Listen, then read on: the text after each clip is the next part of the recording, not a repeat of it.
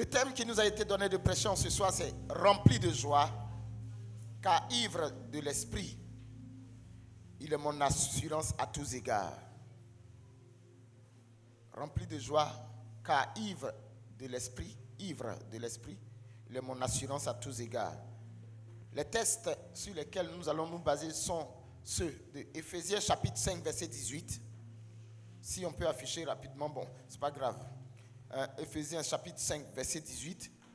On a aussi Actes 16, 25. Jean 7, 37. Éphésiens 5, 18, Actes 16, 25. Jean 7, 37. Et Jean 16, 13 à 14.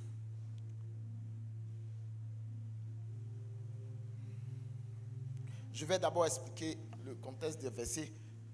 Éphésiens 5, 18 nous dit, ne vous enivrez pas de vin, il mène à la perdition. Mais soyez remplis de l'esprit. Ne vous enivrez pas de vin, il mène à la perdition. Mais soyez remplis de l'esprit. Ne vous enivrez pas de vin.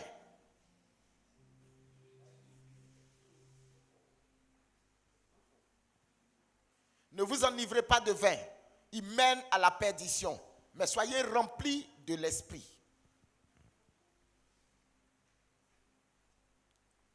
Dis à ton voisin, ne t'enivre pas de vin. Il mène à la perdition. Mais sois rempli de l'esprit. Il ne t'ai pas dit de parler dans le vide, dis à ton voisin. Ne t'enivre pas de vin.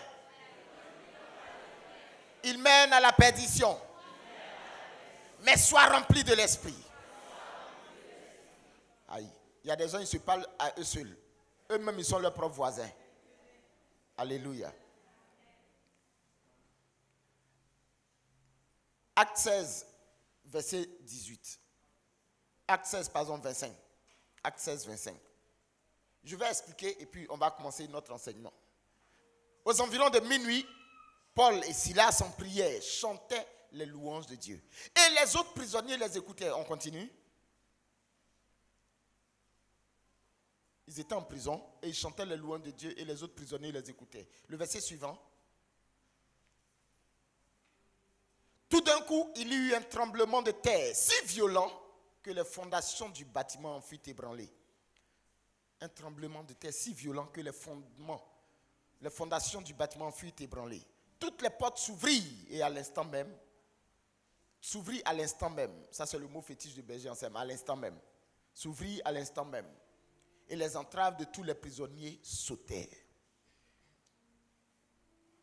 On prend Jean 7, 37. Le dernier jour de la fête, qui est aussi le plus solennel, Jésus, debout, se mit à proclamer, si quelqu'un a soif, qu'il vienne à moi et qu'il boive. Si quelqu'un a soif, qu'il vienne à moi et qu'il boive. Si quelqu'un a soif, qu'il vienne à moi et qu'il boive. Et Jean 16, 13 à 14.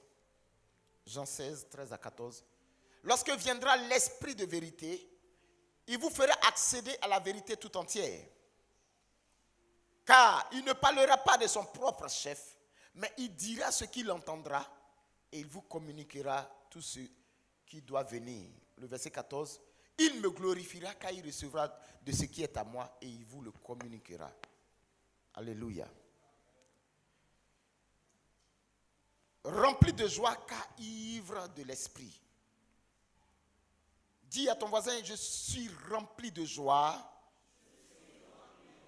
car ivre de l'esprit. Est-ce que quelqu'un veut être ivre de l'esprit en ce soir? Je suis en train de parler et je me rends compte que je suis en train de parler comme mon papa. Oui. Il y a quelque chose qui va se passer. Aïe, aïe, aïe. Rempli de joie, car ivre de... Rempli de joie. Est-ce que tu es rempli de joie en ce soir? On va voir plusieurs éléments, il faut qu'on comprenne. En Éphésiens chapitre 5, verset 18, l'apôtre Paul oppose l'ivresse physique de vin. Vous voyez pas le vin. Quand on boit, l'ivresse physique, il oppose ça à l'ivresse spirituelle. C'est être rempli de l'esprit. Il y a une ivresse physique et il y a une ivresse spirituelle. Cette plénitude se manifeste par la joie. L'ivresse spirituelle se manifeste. L'ivresse physique, des fois, on est joyeux aussi. Mais seulement, la différence, c'est qu'on ne se contrôle pas. L'ivresse physique, personne ne se contrôle. Personne n'a la maîtrise de son corps. Personne n'a la maîtrise de son âme, de son être. Tu peux te retrouver dans un caniveau. Tu peux te retrouver en train de raconter tous tes secrets quelque part. Tu peux te retrouver en train de vivre d'une certaine manière, en train de poser des actes qui n'honorent pas Dieu. Ça, c'est l'ivresse physique. Et il y a l'ivresse spirituelle qui, elle, engendre la joie, la louange et l'action de grâce. On voit cela en Éphésiens 5, versets 19 à 20. Il dit, dites ensemble des psaumes. Quand tu es ivre de l'esprit, quand quelqu'un est ivre de l'esprit, regardez, il commence parce que c'est le verset 18, il dit, soyez remplis de l'esprit. Quand quelqu'un est rempli, ivre de l'esprit, alors, ce qui sort de lui, c'est, il dit, dites ensemble des psaumes, des hymnes et des chants inspirés. Chantez et célébrez le Seigneur de tout votre cœur. Quelqu'un me suit? Quand quelqu'un est rempli de l'esprit, voici, écoutez, on saura de quelqu'un qu'il est rempli de l'Esprit Saint ou qu'il est rempli de la chair lorsque quand il est là, il célèbre. On voit qui il célèbre. Quand quelqu'un est rempli de l'Esprit, il célèbre tout le temps l'Éternel. Quand il est rempli aussi de la chair, il va commencer à chanter, comment elle s'appelle? José, il y a une chanson qu'elle chante là. Zamblé, quoi. Voilà, ça c'est... Il y a des gens ici. Hein? Bonali, j'espère que ce n'est pas toi. Ils passent le temps, ils vont commencer à chanter des chansons qu'ils ne maîtrisent pas. Quand tu te réveilles, écoute-moi, et que tu commences à chanter un chant démoniaque ou encore païen ou encore qui ne lève pas Dieu. Regardez ce qu'il dit. Des psaumes, des hymnes et des chants inspirés de Dieu. Quand tu ne chantes pas, c'est que c'est les autres chants que tu chantes. Je vais te dire, en réalité, tu es ivre, non pas de l'Esprit Saint, mais d'un autre esprit. Vous n'aimez pas qu'on vous dise ça, mais tu es ivre d'un autre esprit. À qui se reconnaît dedans? Il y a beaucoup qui se reconnaissent. Hein. Quand ils se réveillent, ils sont en train de chanter autre chose. Jamais l'Éternel ne passe à leur bouche. Tu es rempli d'autres choses. Quand tu te réveilles, tu dois commencer à chanter l'Éternel. En Actes 16, 25, on voit quelque chose de fort. Malgré leur emprisonnement, Paul et Silas prient et ils chantent des hymnes, démontrant une joie surnaturelle qui transcende les circonstances. On voit qu'ils sont en prison. Mais voilà des gens qui sont en prison et qui sont en train de chanter. Et il y a une joie surnaturelle qui abonde dans leur cœur, qui envahit leur être, malgré les circonstances. Les circonstances montrent que normalement tu ne peux pas être joyeux. Normalement tu ne peux pas, mais eux ils sont joyeux. On voit alors que c'est le fruit de l'esprit. En Galates 5, 22, il dit, mais voici le fruit de l'esprit. La joie, la paix. Ils sont joyeux, ils sont ivres de l'esprit. Et en Jean 7, 37, comme on vient de le voir, Jésus promet que ceux qui ont soif recevront de l'eau vive. L'eau vive est l'image du Saint-Esprit en Jean 7, 39.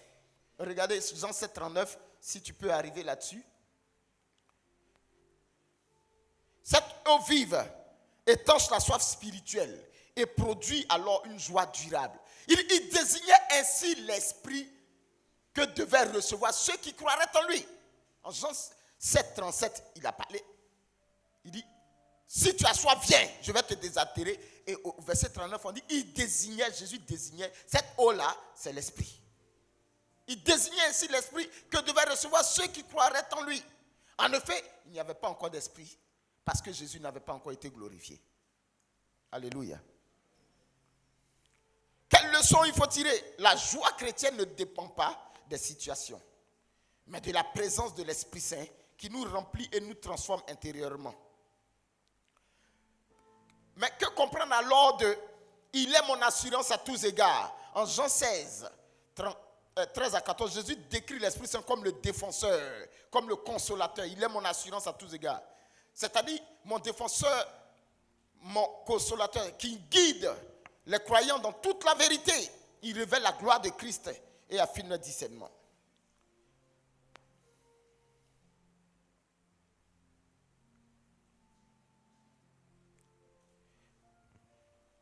Donc, je fais juste ce petit résumé-là. Le thème qu'on va aborder traite alors de la joie surnaturelle, de l'ivresse spirituelle et de l'assurance divine. Alléluia. Mais cette déclaration, qu'est-ce que ça nous invite à faire? Soyez ivres de l'esprit, ou bien ce qu'on a lu.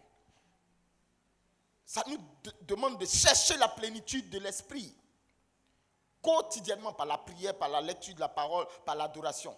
Premier élément. Deuxième, c'est de dépendre de l'esprit dans les épreuves, comme Paul et Silas. Et troisième élément, c'est de marcher par l'esprit, selon Galates 5, 16, en lui faisant confiance pour éclairer chaque aspect. Je veux poser une question. Pourquoi certains chrétiens rayonnent-ils de joie, même dans les tempêtes? Ça, c'est quelque chose que toi et moi, on doit se poser comme question. C'est maintenant qu'il va commencer mon enseignement. Ce qu'il a fait, c'était une introduction, vous voyez un peu. Pourquoi certains chrétiens rayonnent-ils de joie, même dans les tempêtes? D'où vient cette paix qui défie les circonstances? Ça, c'est une question que je me suis posée.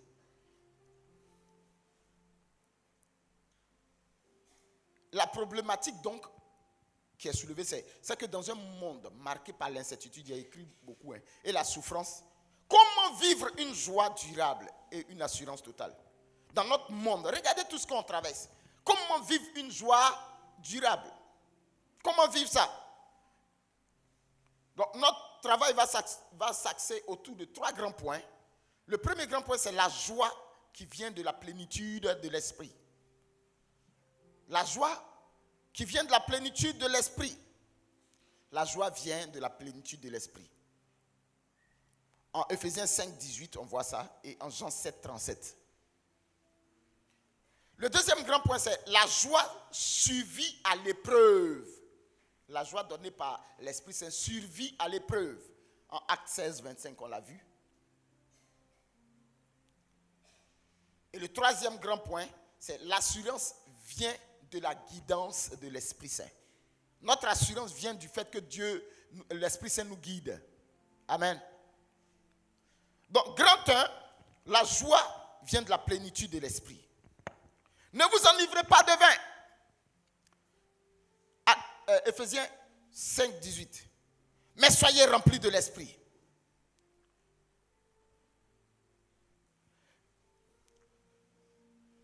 Vous voyez, ce qu'on regarde, comme je vous ai dit, il y a une opposition, il y a une comparaison avec l'ivresse physique.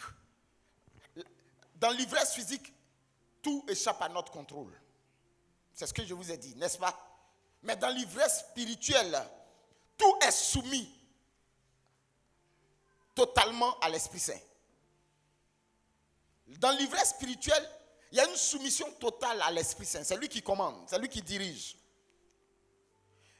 Et comment ça se manifeste, cette plénitude? Louange, action de grâce, relation harmonieuse. En Ephésiens 5, 19 à 21, on voit ça. Et Jésus illustre ce que nous venons de dire par Jean 7, 37, où Jésus promet que l'Esprit étanchera notre soif spirituelle. Amen. Donc, qu'est-ce qu'on peut dire? La joie est donc le résultat d'un cœur rempli par l'Esprit, non par les circonstances. La joie est le résultat d'un cœur rempli par l'Esprit et non par les circonstances. Quelqu'un me suit? Petit 1. Cultiver l'assurance par l'Esprit. Comment on peut cultiver l'assurance par l'Esprit? Premier point, on va dire la prière d'abandon. En Luc 22, verset 42, il dit, Père, si tu veux écarter de moi cette coupe, pourtant, que ce ne soit pas ma volonté, mais la tienne qui se réalise. Donc, la prière d'abandon, comment cultiver l'assurance par l'esprit? Il faut arriver à une prière d'abandon. Tu veux cultiver l'assurance par l'Esprit Saint.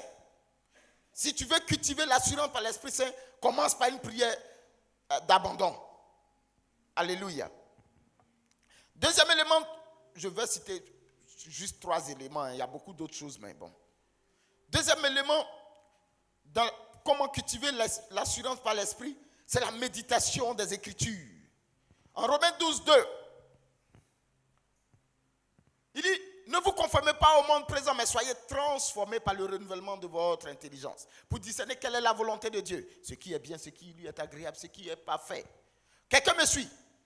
Donc, si tu veux cultiver l'assurance, il faut avoir une mentalité renouvelée.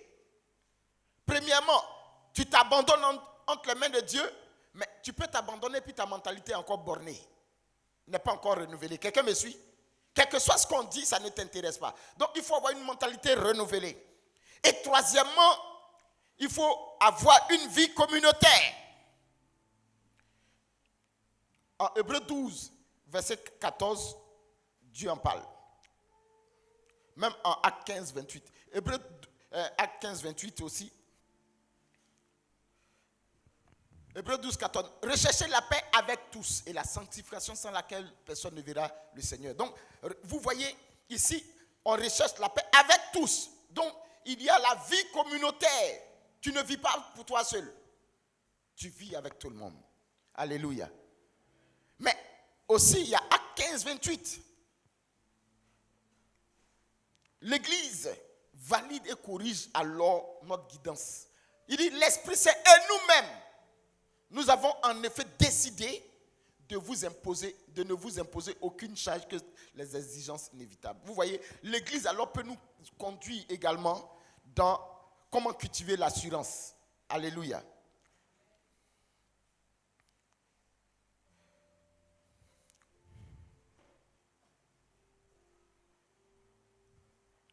J'en viens donc au fondement biblique alors de la plénitude de l'esprit.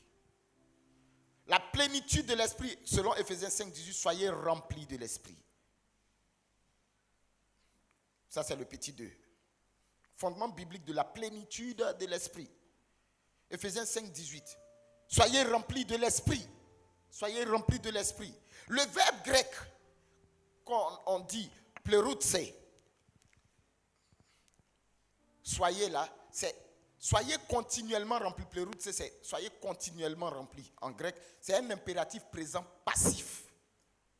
Un impératif quoi? Présent. Soyez, être. Mais c'est présent, mais passif. Ce n'est pas toi qui agis. La passivité souligne que c'est l'esprit qui agit en nous, non nos efforts. Ça veut dire qu'il faut être rempli de l'esprit et c'est lui qui te conduit. Quand on dit soyez rempli, on n'a pas dit va te remplir. Alléluia. On n'a pas dit va te remplir, on dit soyez rempli. La nourriture est mangée. Soyez rempli. Ce n'est pas toi qui te remplis. C'est l'esprit qui te remplit lui-même. C'est quelqu'un d'autre qui te remplit. Et c'est Jésus qui dit, j'enverrai mon esprit sur vous. Alléluia. Donc, la passivité souligne que c'est l'esprit qui agit et non nos efforts. Nous nous abandonnons donc à son action. Mais quel est le contraste avec l'ivresse physique? L'ivresse devait mener à la perte totale de contrôle. Désordre, égoïsme, on a une manière de se comporter. Mais l'ivresse de l'esprit mène à la maîtrise de soi, selon Galates 5, 22, 23. Et à l'adoration, selon Ephésiens 5, 19. Bon, voici le fruit de l'esprit, Ephésiens 5, 19. Vous voyez, dès que tu es ivre de l'esprit, tu as une maîtrise de soi, selon Galates 5, 22. Mais en même temps, tu es élevé dans l'adoration. Dites alors ensemble des hymnes, des psaumes, ainsi de suite. Alléluia. Toi et moi, nous avons besoin d'être remplis de l'esprit. Pour que ta joie soit effective et totale.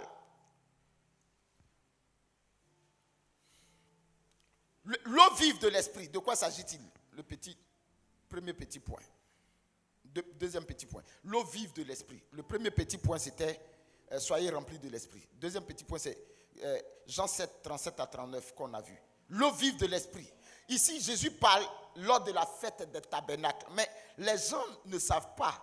La fête des tabernacles correspond à quoi? En réalité, la fête des tabernacles est cette fête où on puisait de l'eau en souvenir de la provision divine au désert. Donc, quand il dit soyez remplis, tu puises de l'eau. Jésus est en train d'enseigner. Et il donne ce message à la fête du tabernacle. Fête des tabernacles. Où les gens puisaient de l'eau dans leur perdition au désert. Rappelez-vous que quand Jésus c'est dans le désert que l'esprit, il est ressorti du désert revêtu de l'esprit. Alléluia. Donc c'est important. Quelles sont les promesses spirituelles alors? Si quelqu'un a soif, qu'il vienne à moi et qu'il boive, le verset 37. Des fleuves d'eau vive couleront de son sein, verset 38. Donc ici, l'esprit est comparé à une source intarissable qui étanche la soif de l'âme. Quel est le lien avec la joie? En réalité, la joie est le résultat d'un cœur satisfait par l'esprit. Comme l'eau qui désaltère le corps. Quelqu'un me suit? La joie est le résultat d'un cœur satisfait par l'esprit. Comme l'eau désaltère le corps. Selon le psaume 36, verset 9. Il se garde des mets plantureux de ta maison et tu les abreuves au fleuve de tes délices. Et tu les abreuves au fleuve de tes délices. La joie est le résultat d'un cœur satisfait par l'esprit, comme l'eau désaltère le corps. En Isaïe 12, 3, il dit, vous puiserez de l'eau avec joie aux sources du salut. Alléluia. Est-ce que quelqu'un me suit? Petit 3, la joie de l'esprit. Quelles sont les caractéristiques et les manifestations? La joie de l'esprit. Petit point, premier point, c'est une joie surnaturelle. La joie de l'esprit est une joie comment? Surnaturelle. Quand on dit joie surnaturelle, ça veut dire elle transcende les circonstances. Elle transcende les circonstances. On voit en Actes 16, 25, Paul et Silas dans la prison. On voit en Hébreux 12, 2, si tu peux afficher, voilà. Les regards fixés sur celui qui est l'initiateur de la foi et qui mène à son accomplissement. Jésus, lui qui, renonçant à la joie qui lui revenait, endura la croix au mépris de la honte et s'est assis à la droite du trône de Dieu. Vous voyez? Donc, elle transcende les circonstances. Ce n'est pas une joie éphémère. Il y avait une joie normalement qui habitait Jésus-Christ, mais il n'a pas regardé ça, parce qu'il y a une joie plus grande. Alléluia.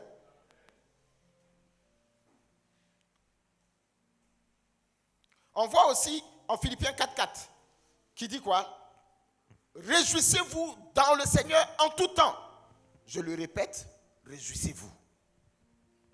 Donc, c'est un commandement possible uniquement par l'esprit. Soyez toujours joyeux, c'est possible seulement par l'esprit. Ce n'est pas par tes propres forces. Si tu n'as pas l'Esprit Saint, tu ne peux pas être toujours joyeux. Il y a une circonstance qui se présente à toi, mais si tu n'as pas l'Esprit Saint, tu ne peux pas tenir. Mais écoute, on vient de prendre ton mari, on s'en le mettre en prison. Et puis toi, tu es joyeuse. Tu viens de perdre ton père. Et puis toi, tu es joyeux. Mais cette joie n'est possible que par l'Esprit Saint. Alléluia. Le thème central nous dit ici, nos bouches sont remplies de joie parce que l'Éternel a fait pour nous de grandes choses. Ce qu'on est en train de faire, on vous a parlé de Dieu. Comment vous avez vu hier, comment on a parlé de l'amour de Dieu dans ce sens, dans sa miséricorde et dans la joie. Comment il nous procure la joie, nous faisant sortir de l'exil. Ce matin, le serviteur a prêché également. Mais ce soir, nous sommes en train de parler de cette joie que procure l'esprit. Si tu n'as pas cette joie-là, tu ne peux pas accéder à ça. Écoute-moi, la joie permanente, avant d'arriver plus loin, puisque demain on va parler, la joie permanente dans ta vie est le signe de ta foi permanente devant le Seigneur.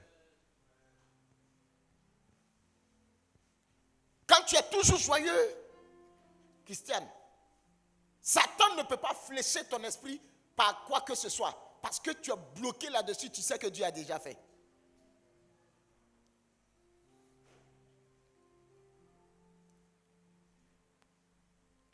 Je disais donc que la joie surnaturelle transcende les circonstances, n'est-ce pas?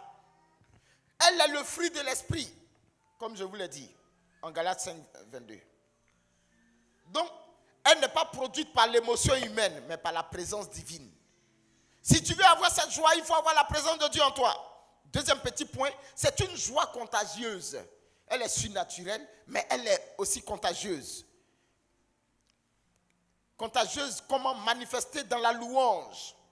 En Ephésiens 5, 19, entretenez-vous par des hymnes, des cantiques. Quand cette joie-là t'anime, regardez, quand le cœur, quelqu'un est en train de faire une louange, la bergère Anne prend par exemple le micro, quand elle commence à chanter et qu'elle est joyeuse, tu te surprends, toi qui étais là-bas, peut-être tu étais triste, à la rejoindre dans le chant en train de danser. Cette joie est contagieuse. Parce que dans la louange, il y a l'exaltation de Dieu, il y a l'exaltation de l'esprit. Or, c'est l'esprit qui procure la joie. Donc, quand tu commences à louer, automatiquement, tu attires le Saint-Esprit qui rentre en toi. Or, le fruit de l'esprit, la présence, ce qui montre que l'esprit est en toi, c'est la joie d'abord.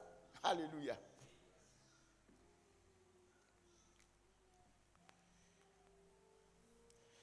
C'est une joie contagieuse manifestée dans la louange. Ephésiens 5, 19, on l'a vu.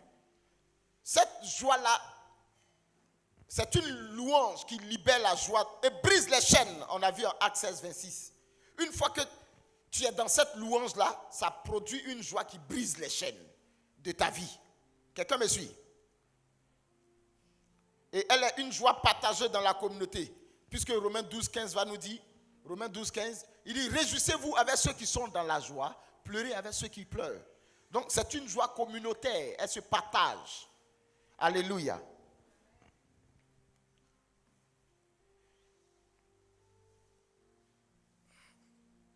Troisième petit point, les obstacles, non, troisième point, les obstacles à la joie spirituelle. Quels sont les obstacles? Il y a des choses qui peuvent être comme des obstacles à cette joie que Dieu veut nous donner. On veut bien faire, mais il y a des choses qui se présentent comme des obstacles à la joie. Premier élément, je citerai les substituts illusoires. Substituts illusoires. Quelqu'un me suit? On voit ça en Ecclésiaste 2, verset 1 à 11. Quand je parle de substitut illusoire, je parle de plaisir éphémère. Il dit, je me suis dit en moi-même, allons que je te prouve par la joie. Goûte au bonheur. Et voici, cela aussi est vanité. Allons-y. Du rire, j'ai dit, c'est fou. Et de la joie. Qu'est-ce que cela fait? Continue. J'ai délibéré en mon cœur de traîner ma chair dans le vin, tout en conduisant mon cœur avec sagesse, de tenir à la sottise, le temps de voir ce qu'il est bon pour les fils d'Adam de faire sous le ciel pendant les jours comptés de leur vie. Continue. J'ai entrepris de grandes œuvres. Je me suis bâti des maisons, planté des vignes. Je me suis fait des jardins et des vergers, j'y ai planté toutes sortes d'arbres fruitiers. Je me suis fait des bassins pour arroser de leur eau une forêt de jeunes arbres. Il dit, j'ai acheté des esclaves et des servantes. J'ai eu des domestiques et aussi de gros et du petit bétail en abondance, plus que tous mes prédécesseurs à Jérusalem. J'ai aussi amassé de l'argent et de l'or, la fortune des rois et des États. Je me suis procuré des chanteurs et des chanteuses et délices des fils d'Adam, une dame, des dames. Continue. Il dit, je devins grand, je m'enrichis plus que tous mes prédécesseurs à Jérusalem. Cependant, ma sagesse, elle, m'assistait. Je n'ai rien refusé à mes yeux de ce qu'ils me demandaient. Je n'ai privé mon cœur d'aucune joie. Car mon cœur jouissait de tout mon travail. C'était la part qui me revenait de tout mon travail. Mais je me suis tourné vers toutes les œuvres qu'avaient faites mes mains et vers le travail que j'avais eu tant de mal à faire. Eh bien, tout cela est vanité poursuit devant. On n'en a aucun profit sous le soleil. Est-ce que quelqu'un a bien suivi ce que j'ai lu? Il y a le plaisir éphémère, il s'est enrichi, il a eu toutes les femmes, il a bu le vin, il a fait tout ce qu'il voulait. Il a dit, j'ai eu une dame, des dames. Il a construit des maisons, il a eu beaucoup d'argent, il a eu beaucoup d'or. Il est devenu puissant, il a acheté des esclaves, il a eu des servantes, il a eu tout ce qu'il voulait.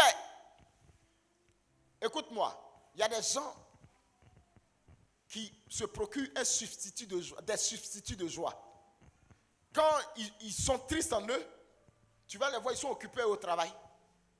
Non, ils vont travailler plus, croyant que ça va leur donner la véritable joie donnée par Dieu produit automatiquement la paix en ton cœur. La véritable joie produite par Dieu provoque en toi la paix. Tu es heureux, tu es en paix. C'est pourquoi quand il cite Galates 5, 22, si tu peux afficher s'il te plaît. Quand il cite Galates 5, 22, c'est fort. En Galates 5, 22, il dit, mais voici le fruit de l'esprit, amour, joie, paix. Amour, joie, paix. Amour, joie, paix. La joie, l'amour, inéluctablement produit la joie en nous. La joie entraîne la paix. La paix entraîne la patience. La patience elle-même provoque en nous la bonté. Même si c'est dit, je suis en train d'attendre, je suis bon, généreux envers les gens. La bienveillance. La bienveillance aussi provoque en moi la foi. Ainsi de suite. Alléluia. Alléluia. Est-ce que quelqu'un me suit en ce soir? Vous êtes déjà fatigué? Ce bel enseignement que le Seigneur est en train de nous donner, tu dors. Donc, Ecclésiaste c'est clair, les plaisirs éphémères. Et Jésus va nous dire en Luc 12, 15, il a dit, attention, gardez-vous de toute avidité. Ce n'est pas du fait qu'un homme est riche qu'il a sa vie garantie par ses biens. Même ta richesse ne te donne pas l'assurance, la paix. Alléluia. Deuxième petit point, après les substituts illusoires, nous avons le péché non confessé. Le péché non confessé étouffe la présence de l'esprit. Le péché non confessé étouffe la présence de l'esprit. Éphésiens 4, verset 30 nous dit quoi? Il dit, n'attristez pas le Saint-Esprit dont vous avez été marqués comme d'un sceau pour le jour de la délivrance.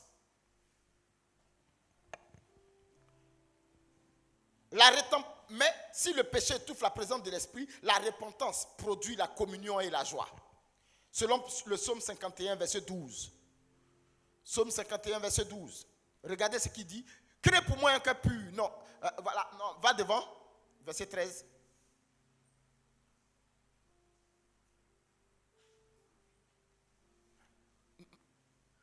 Il dit, ne me rejette pas.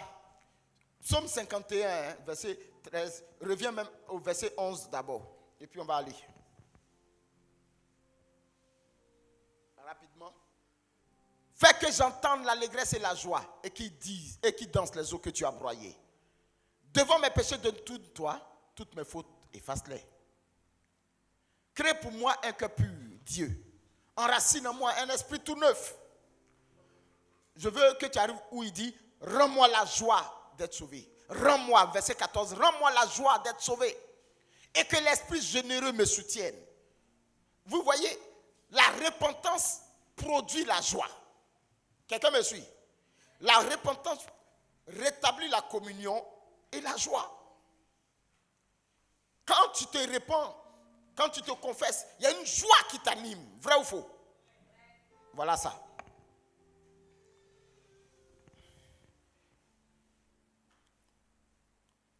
Troisième obstacle, c'est l'autosuffisance. L'autosuffisance. Troisième obstacle, l'autosuffisance. Qu'est-ce que je veux dire par là? C'est le fait de croire que la joie vient de nos forces plutôt que de l'Esprit Saint. Jean 15, verset 5, dit quoi? Il dit, je suis la vigne, vous êtes les sarments. Celui qui demeure en moi et en qui je demeure, celui apportera du fruit en abondance. Car, en dehors de moi, vous ne pouvez rien faire. Il faut éviter l'autosuffisance. Ne pense pas que c'est toi qui peux produire la joie en toi. Et c'est ce que l'Ecclésiaste nous a dit. Il dit, il s'est acquis tout. Il a eu tout ce qu'il voulait. Les servantes, les maisons, les femmes, les voix, tout. Il dit, il n'a refusé à ses yeux et à son corps aucun plaisir. Il dit il a livré son corps à la boisson, mais il a demandé à la sagesse, il ne faut pas me perdre. Par exemple, la sagesse, il ne faut pas y aller tomber dans le caniveau pour salir mon nom. Mais il a livré son corps à tous les plaisirs. Ah, Salomon, je suis sûr que beaucoup voudraient être à sa place. Tout le plaisir. Fidèle, tu n'es pas tenté? Tout le plaisir. Il dit il a eu l'argent à mourir. Il a eu les maisons à mourir. Il a eu l'or. Mais il a regardé tout ça. Je suis sûr qu'il y a beaucoup qui veulent être à la place de Salomon. Il y a des femmes qui veulent s'appeler les Salomon.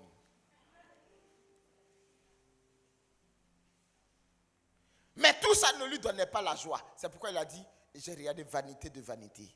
Tout est vanité. Parce que ces choses sont éphémères. Sortir avec une femme tout de suite, c'est un coup instant. Dans les phrases de Binto d'Amadou Kone, il a dit ceci. Pour 5 minutes de plaisir, toute une vie gâchée. Dans les années 90, quand j'ai lu le livre, c'est la seule phrase que j'ai retenue. Pour 5 minutes de plaisir, toute une vie gâchée. Et ça a guidé ma manière de marcher avec les femmes. 5 minutes de plaisir, toute une vie gâchée. Il y a des femmes ici, pour 5 minutes de plaisir, elles sont venues à gros ventre. Abandonnées par leurs hommes. Pour 5 minutes de plaisir.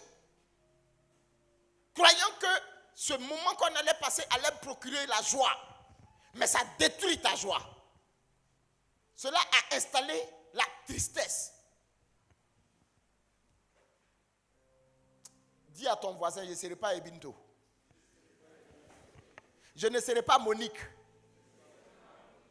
Écoute-moi, dans les frères de Binto, et Binto, lui, il dit sa vie a gâché, il n'a pas continué ses études, mais Monique est morte.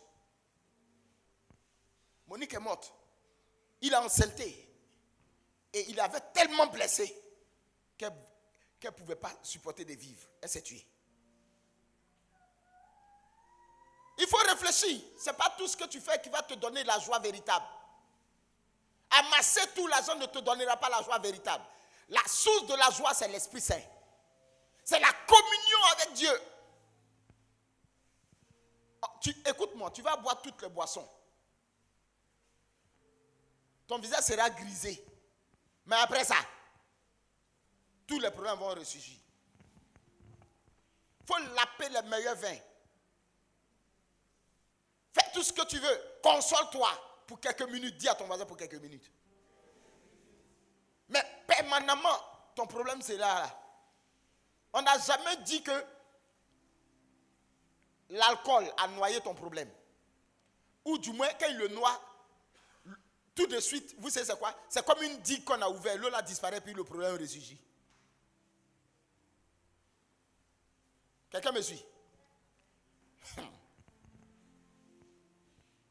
Ne te laisse pas distraire et ne sois pas autosuffisant. 4e point. Comment cultiver cette joie? Premier élément, il faut s'abreuver à la source. Qu'est-ce que je veux dire par là? Passer du temps avec Jésus. Il faut passer du temps avec Jésus. Un sous-petit point. Jean 4, verset 14. Il dit, mais celui qui boira de l'eau que je lui donnerai n'aura plus jamais soif. Au contraire, l'eau que je lui donnerai deviendra en lui une source jaillissant en vie éternelle. Tu passes du temps avec Jésus-Christ, il te donne cette eau. Et ça, c'est une eau qui est en source de vie éternelle. C'est-à-dire le Saint-Esprit permanemment va t'animer de sorte que la joie aussi soit permanente.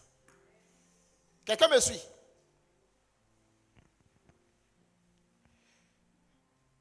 Donc, qu'est-ce qui passer du temps avec Jésus, comment on fait ça? C'est dans les pratiques, prière, méditation, adoration, méditation de la parole, adoration, jeûne, silence. Il faut faire des jeûnes de silence.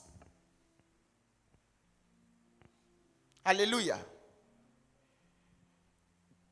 Deuxième petit sous-point, après passer du temps avec Jésus, c'est demander à être rempli de l'Esprit. Parce que tu peux passer du temps, mais il faut demander à être rempli. Demander à être rempli. Luc 11, 13. Il dit, regardez ce qu'il dit. Jésus parle. Il dit, si donc vous, qui êtes mauvais, savez donner de bonnes choses à vos enfants, combien plus le Père céleste donnera-t-il l'Esprit Saint à ceux qui le lui demandent? Donc il faut demander l'Esprit. Il y a des gens ici, quand ils demandent quelque chose à Dieu, c'est travail. C'est voiture, c'est maison, c'est mari. Ils ne demandent jamais le Saint-Esprit. Le Saint-Esprit qui est la source de toute joie, qui est la source de toute consolation. Hier, on a vu le Dieu de toute consolation. Pourquoi tu peux passer ton temps à prier sans jamais demander le Saint-Esprit? Comment? Vous voyez, avec le Seigneur, on a convenu que c'est bon de venir faire le ministère, vous allez recevoir un peu l'onction, tomber. J'aime ça, mais ce n'est pas suffisant. Je veux que tu sois enraciné dans la parole, à tel point que ta vie soit totalement transformée. Le message pour lequel Dieu m'a envoyé, c'est Romains 12, 1 à 2. De m'offrir un sacrifice vivant afin de t'aider à avoir une mentalité transformée. Donc je ne peux pas te laisser venir tomber seulement. Je ne veux pas prier juste pour toi, tu vas sentir un peu. Ça, c'est une componction. Mais je veux que tu demeures permanemment dans l'onction. Alléluia. Alléluia. Donc, sauf que je puisse faire l'enseignement. C'est ce que j'ai décidé depuis, avec le Saint-Esprit, on a décidé depuis un moment. Je voudrais que le peuple que Dieu m'a confié soit assis et qu'il soit bâti sur le roc et que rien ne t'ébranle.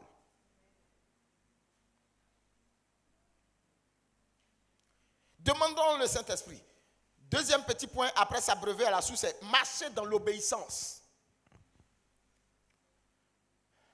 L'obéissance ouvre la porte à la plénitude de l'esprit, selon Actes 5, 32. Il dit ici, nous sommes témoins de ces événements, nous et l'Esprit Saint que Dieu a donné à ceux qui lui obéissent. L'obéissance ouvre la porte de la plénitude à l'Esprit Saint. Quelqu'un me suit?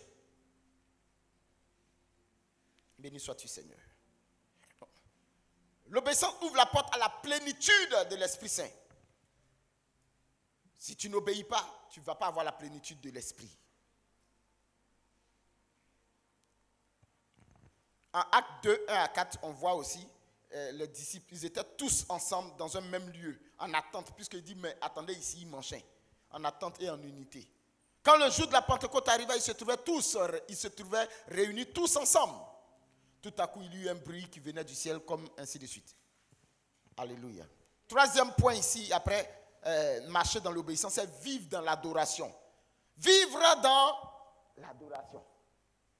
Il faut vivre dans l'adoration. Vivre dans l'adoration. Il faut avoir l'adoration comme posture de cœur. L'adoration, tu peux aller au Saint-Sacrement. Mais permanemment, tu dois savoir que Dieu réside en toi. Et que tu es un temple sacré. Donc, à tout instant, tu peux te prosterner et adorer parce qu'il est là. Permanemment. La dernière fois, à Regnum Christi, je partais à l'adoration. Vous suivez, hein?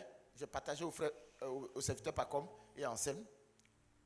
Je partais à l'adoration et voici que j'arrive dans notre église à Saint-Jean d'Arc de Nyangon-Kestab. Le tabernacle n'est pas là puisque l'église est menacée par un trou, donc on doit déménager tout ça. Le tabernacle n'est pas là. Et tout de suite, j'étais un peu brisé, quoi. J'étais un peu découragé, je voulais sortir. Il dit, ah, tu n'es même pas là. Et puis il dit, je ne suis pas où? Le Seigneur. Et maintenant, il dit, mais je suis dans toi. Ne t'ai-je pas dit, ton corps est mon temple? Je suis en toi. Donc, partout où tu es, tu peux te prosterner, tu peux être partout en train de m'adorer. Parce que je suis permanemment avec toi. Tu n'as pas besoin de voir quelque chose. Mets-toi à genoux et adore-moi. Donc, il faut avoir l'adoration comme lifestyle, comme style de vie. Mon frère, l'adoration te révèle Dieu. L'adoration te révèle Dieu. Il faut avoir l'adoration comme style de vie. Il faut avoir aussi la louange. Quand il n'y a pas d'adoration, c'est la louange aussi. Il faut chanter même dans l'obscurité de nos vies. La difficulté de nos vies, il faut louer le Seigneur. Il dit dans le psaume 150, louez l'Éternel. Vous tous ses œuvres, louez l'Éternel. Louez l'Éternel. Écoute-moi, Paul et Silas sont en prison. On vient de les chicoter, on les met en prison et puis ils louent l'Éternel. Donc il faut avoir l'adoration et la louange permanemment à tes lèvres. Alléluia. Je voulais vous citer quelques exemples. On voit dans les psaumes, le psaume 16, verset 11, quelques exemples. David, il dit, tu m'as fait connaître les sentiers de la vie. Tu me fais connaître la route de la vie. La joie abonde près de ta face. À ta droite, le délice éternel. Oh, c'est fort. Tu me fais connaître la route de la vie. David était profond. La joie abonde près de ta face. À ta droite, les délices éternels. Alléluia. On voit l'apôtre Paul en Philippiens 4.4. Philippiens 4.4. Il dit, réjouissez-vous dans le Seigneur en tout temps. Je le répète, réjouissez-vous. Et il va dire à 1 Thessaloniciens 5.16, soyez toujours joyeux. Soyez toujours joyeux. Et Jésus-Christ, le modèle ultime, lui aussi, c'est le troisième exemple qu'il prend. Jésus-Christ lui-même. En Hébreux 12, verset 2 qu'on a vu, lui qui, renonçant à la joie qui lui revenait, endura la croix au mépris de la honte et s'est assis à la droite du trône de Dieu. C'est-à-dire, il y avait une joie plus importante. Donc les joies éphémères, il a laissé. Dis à ton voisin, il y a des joies éphémères. Je crois que notre premier ministre a dit ça. Il a dit quoi? Hein? Voilà, il dit la joie est des joies. Il a eu honte de prêcher. Prêche! Il est prédicateur méthodiste. Prêche! La joie, il parle de la joie donnée par l'Esprit Saint. Et des joies, il parle de toutes les petites joies qu'il vient de citer. Les joies éphémères. C'est ça, il dit morceau par morceau. Il n'avait qu'à citer le verset que j'ai dit. Bon, c'est vrai que lui aussi, son discours là, c'est autre chose. Parce que j'ai fait des recherches, j'ai vu que c'était un plagiat de quelqu'un qui avait fait un discours comme ça, le même discours. Bon, ça c'est autre chose aussi.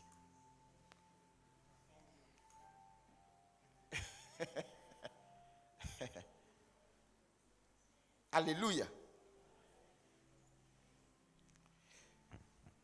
Donc, en ce soir, mon frère, tu vas faire une application concrète. Je n'ai pas fini mon enseignement. Tu vas faire une application concrète. Il faut te lancer un défi personnel. Il faut identifier un substitut à la joie véritable de ta vie. Je te donne, c'est un exercice personnel pour toi. Identifie un substitut à la joie. Qu'est-ce qui vient prendre la véritable joie dans ton cœur? Qui te blague pour te faire croire que tu es joyeux. Et puis quand après tu te retrouves, tu pleures. Qu'est-ce qui fait ça? Il faut identifier ça. Et quand tu vas identifier, il faut le remplacer, ce substitut-là, par la prière et par la louange. Pendant une semaine, et puis on va voir ensemble. Je vais dire quoi? Si c'est ton portable, les réseaux sociaux, qui sont des joies éphémères, laisse ça. À tout instant, quand tu veux aller sur les réseaux sociaux, laisse ça. Prends, sois dans l'adoration et la louange. Et tu vas voir ce qui va se passer. Et tu vas voir ce qui va se passer. Alléluia. Deuxième application que je te donne, il faut faire une prière de consécration à l'Esprit Saint. Par exemple, Esprit Saint, remplis-moi à nouveau.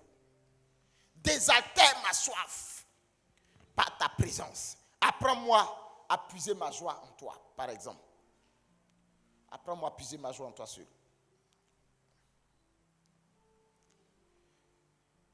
Alléluia. Grand 2, la joie survit à l'épreuve.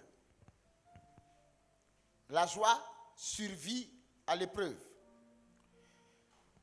Notre texte de base c'est Actes 16, 25. Il dit, vers le milieu de la nuit, vers minuit, Paul et Silas priaient et chantaient les louanges de Dieu. Le contexte ici est clair. ils sont emprisonnés, battus, humiliés, mais leur joie persiste. Quelqu'un me suit? Voici des gens qui sont battus, qui sont humiliés, qui sont emprisonnés, mais leur joie persiste. Quel est leur secret donc? Leur joie n'est pas une réaction à leur situation. Parce que si tu regardes à ta situation, tu ne peux pas avoir la joie. Quelqu'un me suit? Leur joie n'est pas une réaction à leur situation. Mais leur joie est une réaction à leur relation avec Dieu. Il y a des gens, leur joie, c'est la réaction à leur situation. Leur joie dépend de leur situation. Beaucoup ici, on appelle ça des joies circonstancielles et circonstanciées. Mais ta joie doit dépendre de ta connexion avec Jésus-Christ. Alléluia. Vous voyez, je suis en train de nous enseigner par le Saint-Esprit une autre forme du Saint-Esprit qu'on ne connaît pas. Il faut bien m'écouter.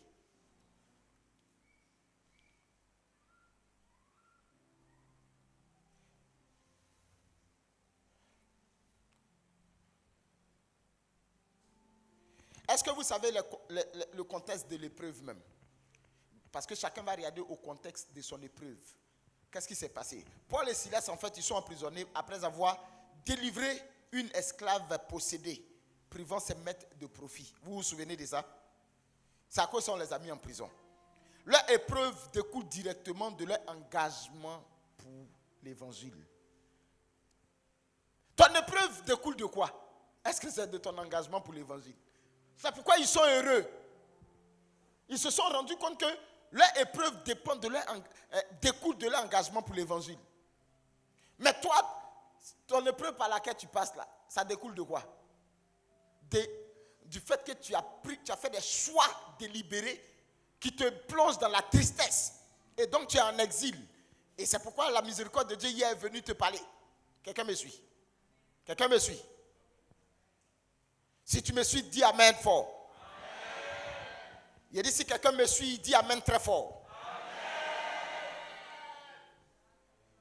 Quelles étaient leurs conditions d'emprisonnement? Ils étaient battus, jetés dans un cachot intérieur. La Bible dit qu'ils avaient les pieds liés à des blocs de bois en Actes 16, 24. Telle étant la consigne reçue, il les jeta dans le cachot le plus retiré et leur bloqua les pieds dans les ceps. C'est dit, parce qu'ils ont délivré quelqu'un, on les met dans le cachot au fond, c'est-à-dire ta situation la pire. On te met dans ce que tu n'aurais jamais imaginé vivre. Mais en obéissant à la voix de Dieu, tu peux vivre la situation que tu n'aurais jamais aimé vivre de toute ta vie. Quelqu'un me suit? Je dis bien, en obéissant à la voix de Dieu, tu peux vivre la situation que tu n'aurais jamais aimé vivre de toute ta vie. Ce n'est pas parce que tu suis Dieu que tu vas être cajolé. Attends, Jésus-Christ, en obéissant à son Père, il a connu la mort la plus humiliante et la plus atroce. Les gens pensent que quand ils vont devenir chrétiens, ils vont mourir. Voilà les gens, Seigneur, si tu veux me tuer, attends, je suis couché, puis tu me prends. Tu vas mourir d'un accident. Et c'est normal, ça ne doit pas t'effrayer. Parce que le prophète Isaïe a été mis dans le tronc d'arbre et puis on l'a scié. Ça ne veut pas dire qu'il n'était pas enfant, serviteur de Dieu. Quelqu'un me suit? Il y a des gens qui ont été brûlés au bûcher, Saint-Laurent. Ils ont été brûlés pour professer, pour avoir proclamé que Jésus-Christ est Seigneur. Non, Seigneur, en tout cas pour moi, quand tu as voulu me prendre là, tu attends, j'ai fini de parler à tout le monde et puis je suis couché là. Et puis il dit, oh chérie, je t'aime. Vraiment, il faut prendre soin des enfants. Quand ils ne seraient pas là, il ne faut pas te remarier. Ou bien il faut te marier. Bon, oh, je m'en vais. Oh, et puis il dit, oh Seigneur, prends-moi. Tu ne peux pas avoir la même grâce que Edmond.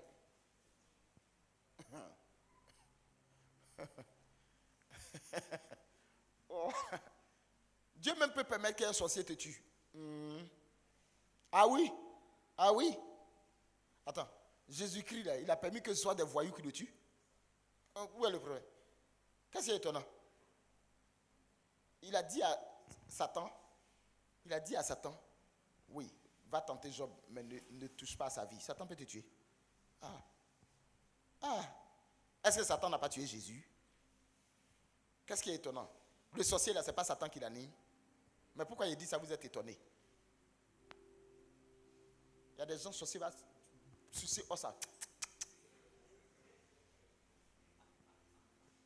Ça ne veut pas dire que tu t'en en enfer. Alléluia. Alléluia. Les gars sont en train de dire, il est en train de gâter notre affaire là. Hein. Moi, je veux t'enseigner la parole, je ne veux pas dire autre chose. Donc, le contexte de l'épreuve, il faut comprendre que la joie chrétienne ne dépend pas de l'absence de souffrance.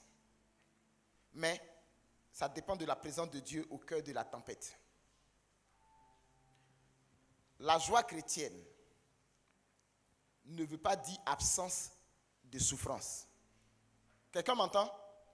La joie chrétienne ne veut pas dire absence de souffrance. Mais elle dépend de la présence de Dieu au cœur de la tempête. Fidèle, tu as compris? Au cœur de la tempête, Dieu est là. La présence de Dieu au cœur de la tempête.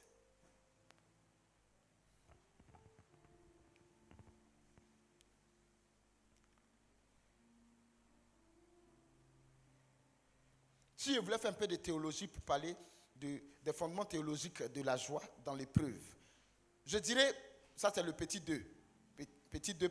Premier point. Je dirais que la joie est fruit de l'esprit selon Galates 5, 22. Premier point. Donc non, ce n'est pas une émotion humaine, mais c'est une réalité surnaturelle produite par l'Esprit Saint. Parce qu'il y a la joie, émotion humaine, et puis il y a la joie produite par l'Esprit Saint. Quelqu'un me suit? Qui est une réalité surnaturelle. Exemple en Luc 10, 21, on dit Jésus tressaillit, tu peux mettre ça, Luc 10, 21, à l'instant même il exulta sous l'action de l'Esprit Saint. Il exulta, il tressaillit sous l'action de l'Esprit Saint. Et il a commencé à parler. Je te loue, Père, Seigneur Dieu, Seigneur du ciel et de la terre, d'avoir caché cela aux sages et aux intelligents et de l'avoir révélé aux tout petits. Oui, Père, c'est ainsi que tu en as disposé dans ta bienveillance. Vous voyez, donc, cette joie, fruit de l'esprit, est une réalité surnaturelle produite par l'Esprit Saint. Deuxième petit point, la joie ancrée dans la joie chrétienne, au sens théologique, est ancrée dans l'espérance éternelle. Notre joie est dans l'espérance éternelle. Romains 12, 12. Il dit, soyez joyeux dans l'espérance. Vous suivez? Soyez comment? Joyeux dans l'espérance, patient dans la détresse, persévérant dans la prière. Vous suivez? Donc la joie est ancrée dans l'espérance éternelle. Soyez joyeux dans l'espérance. Et en Philippiens 4, 4, Paul dit aux Philippiens, lorsqu'il était en prison, réjouissez-vous toujours dans le Seigneur. Philippiens 4, 4. Réjouissez-vous toujours, réjouissez-vous dans le Seigneur en tout temps. Oui, je le répète, réjouissez-vous. Troisième petit point, la joie comme acte de résistance spirituelle. En Jean 1, verset 5. Jean 1, verset 5, il dit, et la lumière brille dans les ténèbres et les ténèbres ne l'ont point comprise. Écoute, en chantant, Paul et Silas défient les ténèbres. En chantant, Paul et Silas défient les ténèbres, rappelant que la lumière brille dans les ténèbres. Écoute-moi, lorsqu'il y a les ténèbres dans ta vie et que tu commences à chanter, tu défies les ténèbres. Lorsque ça ne va pas dans ta vie, que tu chantes, lorsque tout est en train de s'effondrer et que tu es en train de louer, célébrer le Seigneur, tu es en train de défier les ténèbres. Alléluia. Quelqu'un me suit?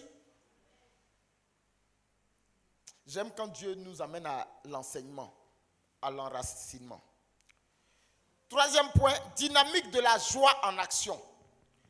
En Actes 16, 25 à 34, on voit. Premier élément, la louange libère la puissance de Dieu. La louange libère la puissance de Dieu. Il y a des gens qui n'aiment pas louer. La louange fait quoi? Libère la puissance de Dieu. On a vu. On dit que, regarde, aux environs de minuit, Paul et Silas en prière chantaient les louanges de l'Éternel. Et les prisonniers, les autres prisonniers les écoutaient. Continue. Tout d'un coup, il y eut un tremblement de terre si violent que les fondations du bâtiment en furent ébranlées. Que les fondations en furent ébranlées.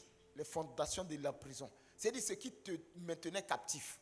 Ta louange, écoute-moi, ta louange fait trembler les fondements, les fondations de ce qui te maintenait captif, de ce qui te maintenait esclave. Ta louange. Quelqu'un me suit? Est-ce que les gens suivent?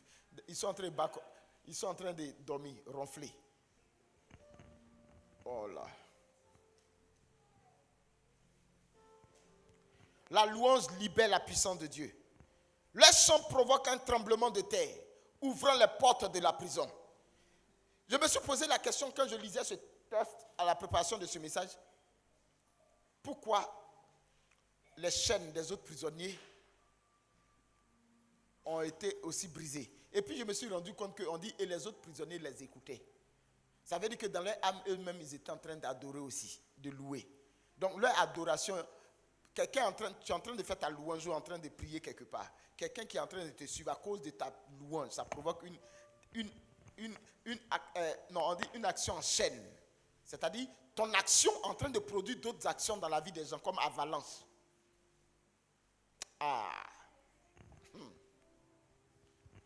Parce qu'ils écoutaient. Donc il a dit, Seigneur, donc s'ils n'écoutaient pas, il dit rien ne se serait passé dans leur vie. Rien.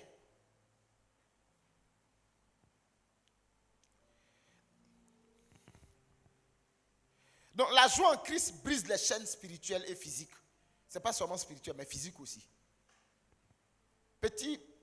Deuxième petit point, la joie ici est un témoignage transformateur.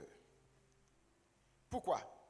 On dit, le geôlier témoin de leur père demande, que dois-je faire pour être sauvé? En Acte 16, verset 30.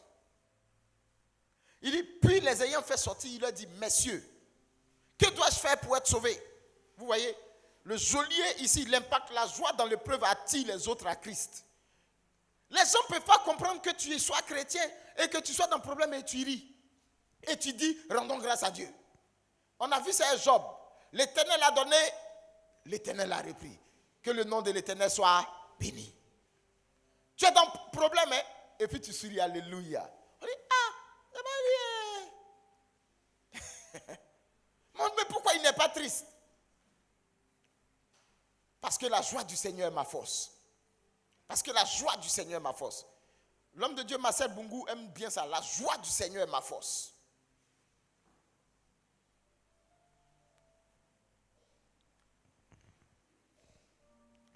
Donc les exemples que je disais, il y a Job. En Job 1, verset 21, l'Éternel a donné, l'Éternel a repris, que le nom du Seigneur soit béni. On voit Jésus devant la croix. On voit les apôtres en Hébreux 12, 2. Et puis on voit les apôtres persécutés en Acte 5, 51. Acte 5, 51. Il dit, les apôtres quittaient donc le Sanhédrin, tout heureux d'avoir été trouvés dignes, tout heureux d'avoir été trouvés dignes de subir des outrages pour le nom de Jésus. Quelqu'un me suit? Quels sont les obstacles cinquième point, quels sont les obstacles à la joie dans l'épreuve? Qu'est-ce qui peut être un obstacle à la joie dans l'épreuve? Premier point, on parlera du découragement. Quand tu es découragé, ça agit.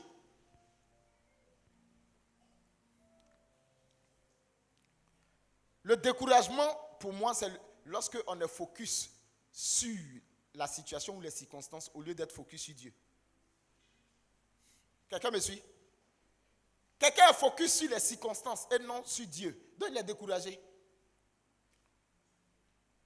On voit en 1 Roi 19, verset 4. On parle d'Élie. Lui-même s'en alla au désert à une journée de marche. Y étant parvenu, il s'assit sous un genêt isolé. Écoutez. Il demanda la mort et dit, je n'en peux plus. Maintenant, Seigneur, prends ma vie car je ne vaux pas mieux que mes pères. C'est-à-dire qu'il se focalisait sur les circonstances parce qu'on tuait tous les prophètes de Dieu. Il se focalise sur les circonstances et non sur Dieu. Le grand prophète Élie. Le grand prophète Élie. Il se focalise sur les circonstances. Chaque fois que toi, mon frère, ma soeur, tu vas te focaliser sur les circonstances, la joie véritable de Dieu va te quitter. Quelqu'un me suit? Chaque fois que tu vas te focaliser sur les circonstances, la joie véritable va te quitter. Il faut te focaliser sur Dieu. Les circonstances, c'est ce qu'on appelle la réalité. On ne dénie pas la réalité, c'est là, c'est un fait. Mais on ne croit pas en la réalité. Parce que la réalité est une illusion. La vérité, c'est celle-là qui est permanente, qui est vraie. Ce que Dieu a annoncé, c'est ce qui est important. Les gens ne se concentrent pas sur la vérité, les gens se concentrent sur la réalité. Donc, ils se concentrent sur les circonstances et non sur Dieu lui-même. Deuxième point ici, après le découragement, c'est l'isolement. Dis à ton frère isolement.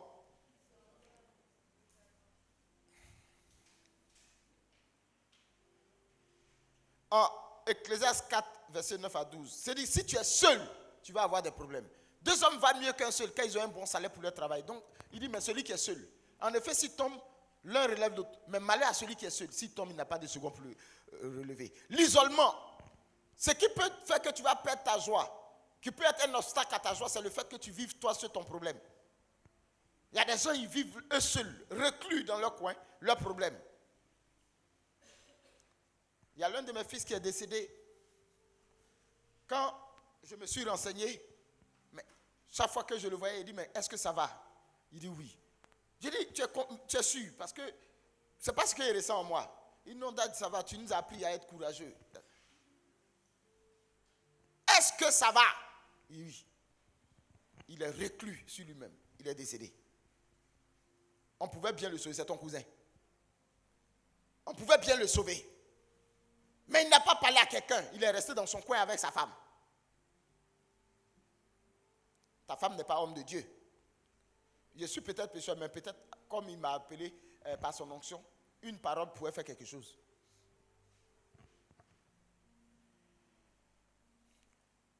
Troisième obstacle à la joie dans l'épreuve, c'est l'oubli des promesses de Dieu.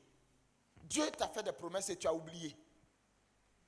Dieu t'a fait des promesses. Parce que tu n'as pas de travail, tu dis non, Dieu ne m'aime pas. Oubliant Jérémie 29, 11. L'oubli des promesses de Dieu. Dans le psaume 77, il dit, écoute ici, verset 12. Il dit, je rappelle les exploits du Seigneur. Oui, je me rappelle ton miracle d'autrefois. Je rappelle les exploits du Seigneur. Oui, je me rappelle ton miracle d'autrefois. Donc, quand je suis face à une adversité, à un problème difficile, mon frère, ma soeur, je ne me laisse pas éteindre par ce problème.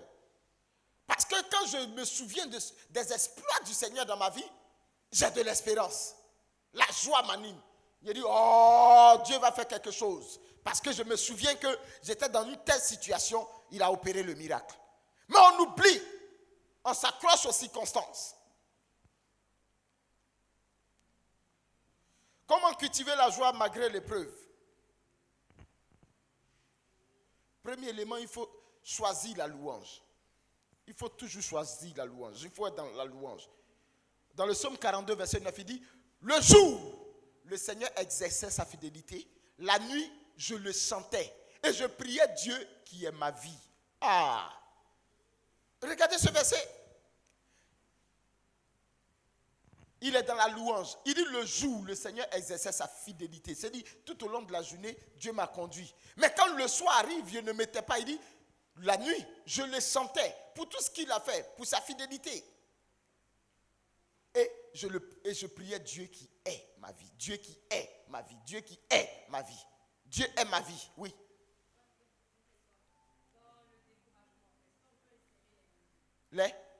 Oui. C'est découragement qui amène Mumu là. Dans le désert, les gars étaient découragés. Ils ont commencé à bavarder. Ils ont oublié les exploits du Seigneur. Moi, quand je regarde l'histoire d'Israël, je suis toujours étonné. Voilà des gens. Vous étiez dans un pays. Vous suivez. On vous maltraitait. Devant vous, Dieu a fait de grands signes. Vous sortez du pays. Mais pour pouvoir sortir du pays, Ils font la mer. Ils font la mer. Tu passes à pied sec devant toi. Muraille d'eau ici, muraille d'eau ici. Tu passes. Et puis tu arrives dans le désert. Quelqu'un qui fend la mer comme ça, tu arrives dans le désert. Tu dis, ah, ici là, on ne mange pas viande. Hein? Ça a fait de viande. Et ils vont parler, ils vont dire, toi Moïse là, on était esclaves là-bas, mais on mangeait un ragoût de viande tous les jours. Il y a moins de gens.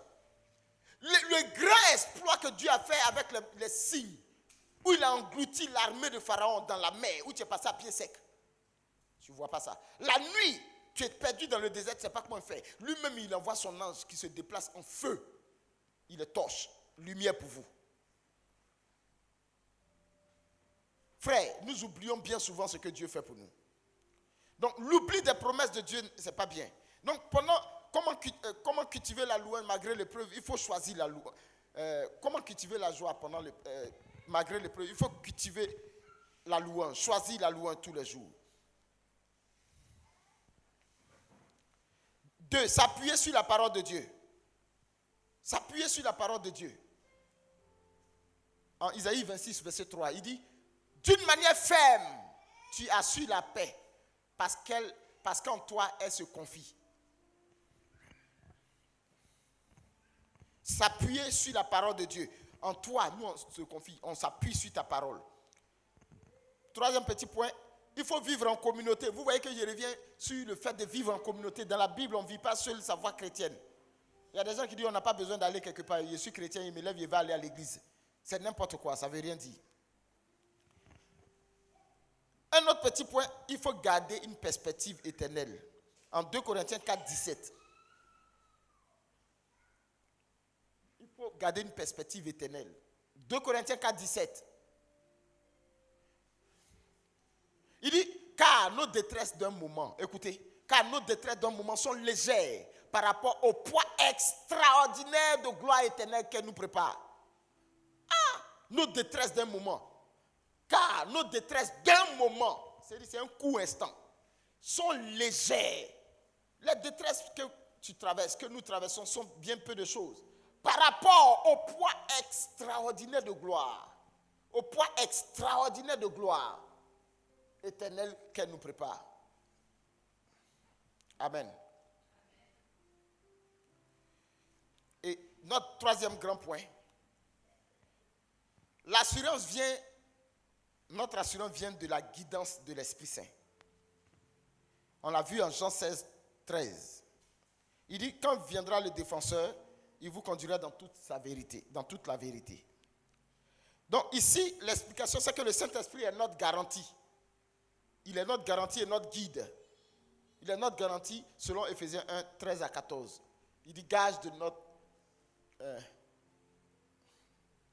il dit, en lui encore, vous avez entendu la parole de vérité, l'évangile qui vous sauve. En lui encore, vous avez cru et vous avez été marqués du sceau de l'Esprit promis, l'Esprit Saint.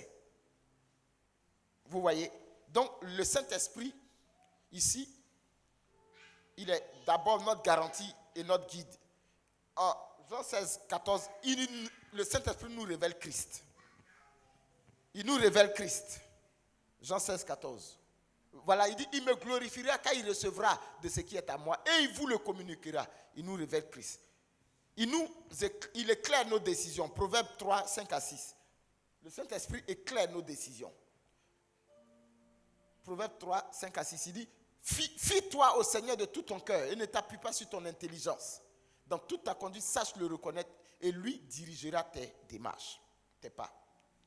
Donc, il éclaire nos décisions. Le Saint-Esprit transforme les crises en occasion de témoignages, comme on a vu en Actes 16, 25 à 34. Il transforme les crises en occasion de témoignages. Si vous voulez, dans mon esprit, le Saint-Esprit est comme un GPS spirituel. Pourquoi je dis ça? Il nous redirige quand nous dévions. Il nous rassure dans le brouillard. Quand on est perdu, c'est un GPS spirituel. Tu te perds pas. Celui qui a le Saint-Esprit, quand il est en train de dévier, le GPS spirituel le ramène. Quelqu'un me suit? Le Saint-Esprit dit, à partir d'aujourd'hui, le Saint-Esprit sera mon GPS spirituel.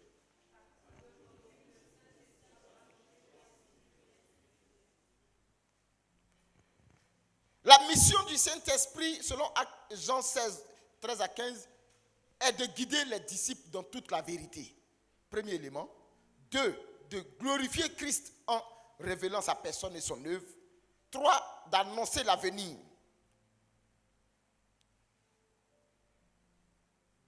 Le fondement théologique de cette assurance, c'est que l'Esprit est témoin intérieur. Ça veut dire quoi en Romains 8, 16? Il dit l'Esprit lui-même rend témoignage à notre esprit que nous sommes enfants de Dieu. Donc le Saint-Esprit est le témoin intérieur. Il rend témoignage à notre esprit. C'est l'Esprit lui-même qui atteste à notre esprit que nous sommes enfants de Dieu. Il rend témoignage, il atteste.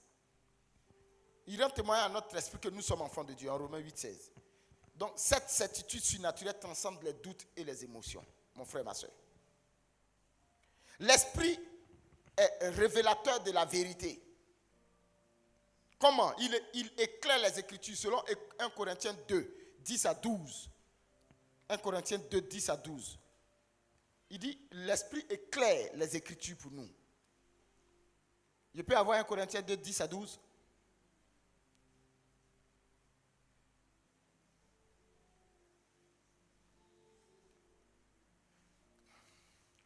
En effet, c'est à nous que Dieu l'a révélé par l'Esprit, car l'Esprit sonde tout, même les profondeurs de Dieu. Allons-y. Qui donc parmi les hommes connaît ce qui est dans l'homme, sinon l'Esprit de l'homme qui est en lui? De même, ce qui est en Dieu, personne ne le connaît sinon l'Esprit de Dieu. Pour nous, nous n'avons pas reçu l'Esprit du monde, mais l'Esprit qui vient de Dieu, afin que nous connaissions les dons de la grâce de Dieu.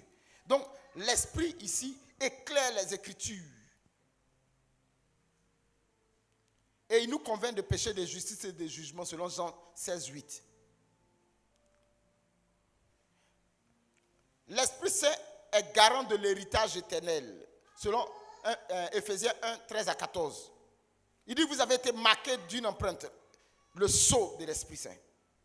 Cette garantie, en grec on appelle ça arabon, est la préfiguration de la gloire à venir.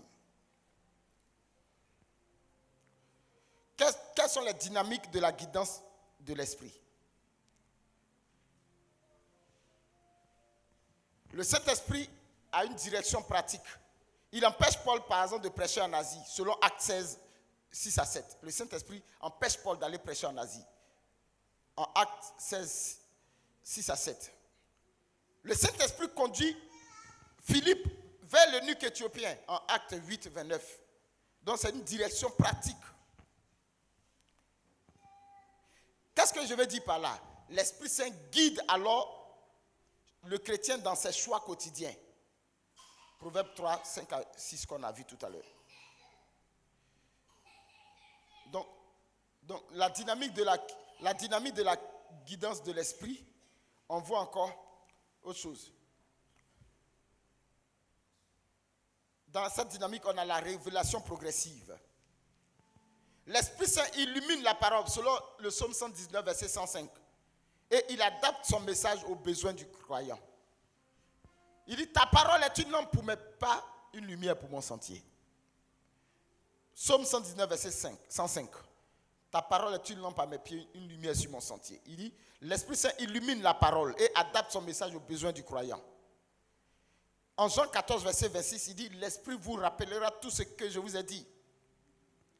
Et l'Esprit Saint est une protection contre l'erreur. En 1 Jean 4, verset 1 à 3. 1 Jean 4, 1 à 3. Mais bien aimés, n'ajoutez pas foi à tout esprit, mais éprouvez les esprits pour voir s'ils sont de Dieu. Car beaucoup de prophètes de mensonges se sont répandus dans le monde. Donc vous voyez, ici, le Saint-Esprit, il vient nous protéger contre l'erreur. En 1 Jean 4, 1 à 3. Il dit, à ceci vous reconnaissez l'Esprit de Dieu. Tout esprit qui confesse Jésus-Christ venu dans la chair est de Dieu. Et tout esprit qui divise Jésus n'est pas de Dieu. C'est l'esprit de l'Antichrist, dont vous avez entendu annoncer qu'il vient. Et dès maintenant, il est dans le monde. Amen. Quels sont les obstacles à la guidance de l'esprit? Quels sont les obstacles? Premier point, parlons de l'incrédulité ou la résistance. 1 Thessaloniciens 5, 19, il dit, n'éteignez pas l'esprit. c'est-à-dire qu'on refuse de se soumettre à la direction du Saint-Esprit et ça affaiblit l'assurance qu'on a. L'incrédulité ou la résistance. Deuxième point, le péché non confessé, on a vu ça tout à l'heure. Troisième point, l'autosuffisance.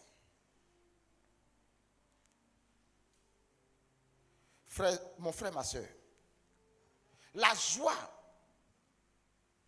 est fruit de l'esprit. La joie est quoi?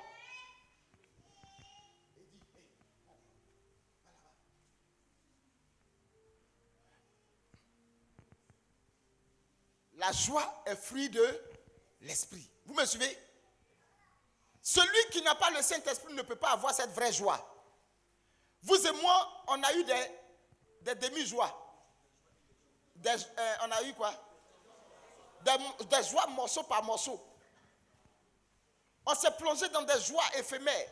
Alors que le Saint-Esprit nous donne la joie inaltérable. Il faut toujours te poser la question, comment est-ce que je fais pour que je demeure dans la joie éternelle, moi chrétien? Quelqu'un me suit? Quelle que soit l'adversité, comment je fais? Je me souviens, mon frère ancien va s'en souvenir, quand nous étions, quand je travaillais de l'autre côté, nos patrons m'appelaient Monsieur Joyeux. Ils sont en train de me maltraiter et puis je suis joyeux quand même. Ils ne comprennent pas. Et elle m'a dit, c'est un joyeux. Elle dit, mais comment vous faites et puis vous êtes toujours joyeux? Et puis je lui ai posé la question, mais comment vous faites pour ne pas être toujours joyeuse? Je n'arrive pas à comprendre pourquoi les gens n'arrivent pas à être joyeux. Elle dit, aïe, mais c'est normal, non? Je dis, non, ce n'est pas normal. Dieu n'a pas fait l'homme pour qu'il soit malheureux. Il doit être toujours joyeux. Tout dernièrement, j'étais avec des gens. Et puis, notre petit camarade qui a quitté en Angleterre, qui est venu là, il causait avec moi, il croyait que je suis son camarade. Et puis, il était un Corneille. Et puis, il dit non, si tu as 32 ans. Il dit, hey! Il est petit, il approche 50 ans. Il dit, mais tu fais jeune. La joie rajeunit. Je te dis la vérité. Tu es toujours joyeux là, tu es toujours beau. Mais ton visage est serré, renfrogné. Tristesse va te tuer. Si Dieu dit soyez toujours joyeux, c'est parce que la joie est remède à tous nos problèmes. Quel que soit le problème qui se présente à toi, si tu es joyeux, le problème va disparaître. Ça ne veut pas dire que tu ne rencontreras pas des moments difficiles. Mais la joie du Seigneur supplante ça. Bien souvent, mon fils fidèle va le dire, une fois il disait ceci. On a fait une AG, et puis j'ai fini devant tout le monde de bien le ramasser, l'humilier carrément. Et puis on sort, il dit, petit, c'est comment? Je suis passé à autre chose, hein. Moi je ne suis pas dans tes bavardages. Je suis joyeux, lui il ne comprend pas. Donc lui-même me regarde, s'il doit m'étrangler, il doit me gifler, il ne comprend pas. Parce que moi, je suis passé à autre chose. Je ne suis pas là pour être triste. Ça ne m'intéresse pas d'être triste. J'ai fini de te dire, passons à autre chose. Alléluia. Aucune circonstance ne doit être capable de t'ôter ta joie. Moi, je ne pleure pas comme ça. Hein. Mon père décède. Et puis, je n'ai pas pleuré quand il arrive là-bas. Et puis, je vois le gars, on l'a habillé dans son habit de roi là. Et sa couronne, machin. Et puis, un coup comme ça, une tristesse veut monter dans mon cœur. Je me tourne, là. Vous voyez un peu comme pour Jésus, là. Tristesse un peu, là. Voilà. Et puis, ça m'a envahi et sort un coup. Et puis, il entend. Mais pourquoi tu es triste? Pourquoi tu es triste? Pourquoi tu veux pleurer? Il dit, écoute. Et puis, il entend mon papa là-bas. Il dit, mais Philippe, pourquoi tu es triste? Pourquoi? Il dit, regarde où le Seigneur m'a positionné. Dieu ouvre le ciel comme ça, il voit mon papa est positionné là-bas. Et puis je suis venu, je suis rentré. Il a dit à ma maman, tais-toi, c'est bon. Il fait quoi? Tais-toi. Il a dit à sa soeur, tais-toi, c'est bon. C'est bon. Il dit, il y a quoi? Mais ça là, quoi s'il devient fou? Comme son papa est mort là, il devient bizarre. Il a dit, tais-toi. Il dit, maman, il est auprès du Seigneur. C'est bon, c'est fini. C'est fini. Quand tu te souviens des promesses du Seigneur, la tristesse disparaît de ton cœur. Mais tu ne t'accroches pas aux promesses du Seigneur, tu t'accroches aux circonstances que tu vois. Oui, tu veux changer d'emploi. C'est normal. Mais tu dois être joyeux de ce que Dieu même te bénit par rapport au travail que tu fais. On ne doit pas sentir que tu es découragé, que tu veux partir. On doit sentir que, c'est-à-dire, le jour que moi j'ai dit, j'ai démissionné. Oh non! Mon patron ne croyait pas.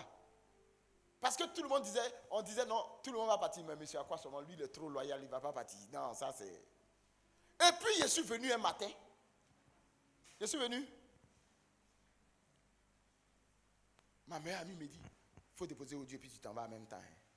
La femme là, elle dit, il faut partir. Il faut partir. Faut pas... Donc je suis arrivé à faire mon courrier. Je viens devant mon patron, il dit, bon, monsieur, je ne peux pas aller déposer le courrier sans t'avoir dit, hein. Je viens t'annoncer que j'arrête le travail aujourd'hui et que je ne viens plus. Ça s'est répandu dans la banque.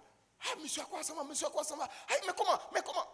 Sois joyeux. Il ne faut pas, on va découvrir ton secret d'abord. Il ne faut pas montrer que toi, tu es tellement malheureux que tu veux partir. Ça va bloquer tout. Sois joyeux, fais bien ton travail. Souris même. Quand le patron va te dire, ah, boss, même si on faisait comme ça s'améliorait. Hein? Ton plan est déjà clair. Christian, tu as compris? Ton plan est clair. Mais quand ils vont voir dedans, un matin, tu dis, bon, tout ce que tu as fait là, vraiment, que Dieu te bénisse. Mais voilà ton courrier. Je suis parti pour moi. Alléluia. La joie doit t'animer dans tout ce que tu fais. Je vous le promets. Ils m'ont appelé Monsieur Joyeux. Quand je viens comme ça, on dit Monsieur Joyeux arrive. Non, il faut être joyeux. Il faut être joyeux. Ça va t'éviter les AVC. Ça va t'éviter les ulcères.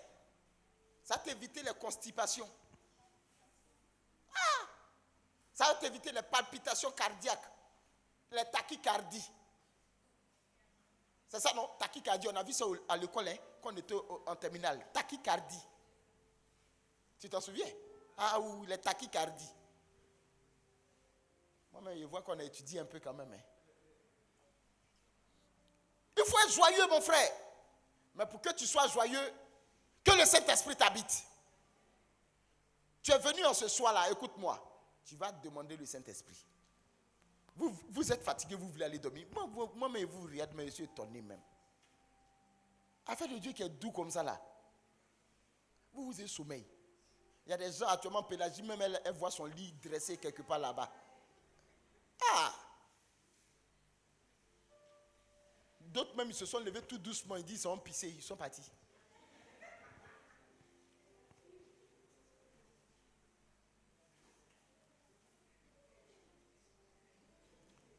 Je veux compris, mais comme vous faites façon, c'est-à-dire vous êtes fatigué, moi, vous allez aller dormir. Non, vous êtes dormi, et puis demain, là, on fait ça. Mais demain, vous me donnez tôt. Je vous ai déjà dit. Si vous ne me donnez pas le micro tôt,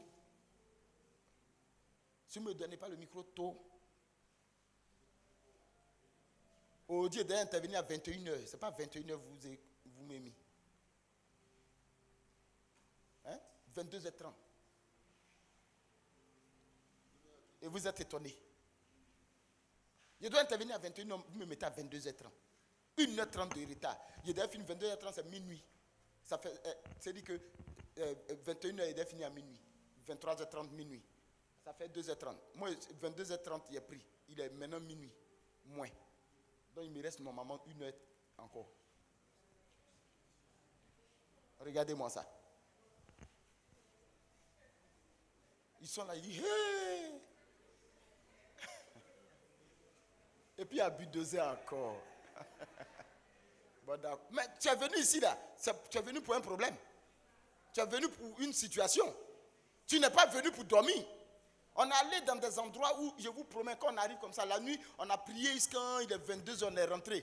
Nous, on cherche à manger, les Ivoiriens, on mange, et puis on dit, bon, à demain, elle, Christiane, les modèles, on se mêle, on prie en nous un peu, on se blague, et puis on s'est endormi. On se blague. En temps, tu vois les autres là, pendant que tu es en train de dormir, tu entends toute la nuit jusqu'au matin.